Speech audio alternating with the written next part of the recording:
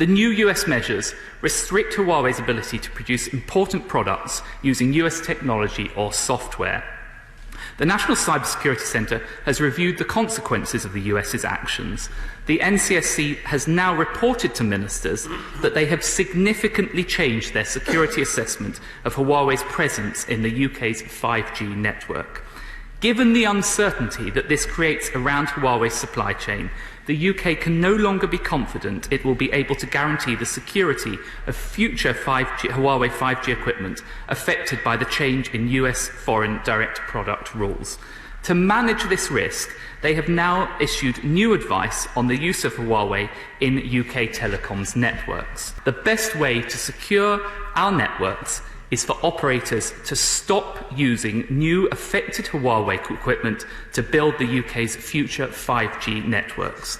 So to be clear, from the end of this year, telecoms operators must not buy any 5G equipment from Huawei. And once the Telecom Security Bill is passed, it will be illegal for them to do so. That it is necessary and indeed prudent to commit to a timetable for the removal of Huawei equipment from our 5G network by 2027. Let me be clear.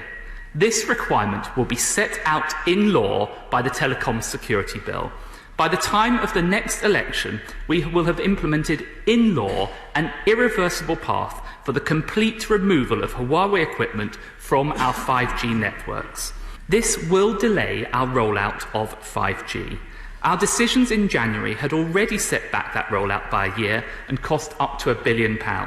Today's decision to ban the procurement of new Huawei 5G equipment from the end of this year will delay rollout by a further year and will add up to £500 million to costs. Requiring operators, in addition, to remove Huawei equipment from their 5G networks by 2027 will add hundreds of millions of pounds further to the cost and further delay rollout. This means a cumulative delay to 5G rollout of 2 to 3 years and costs of up to £2 billion.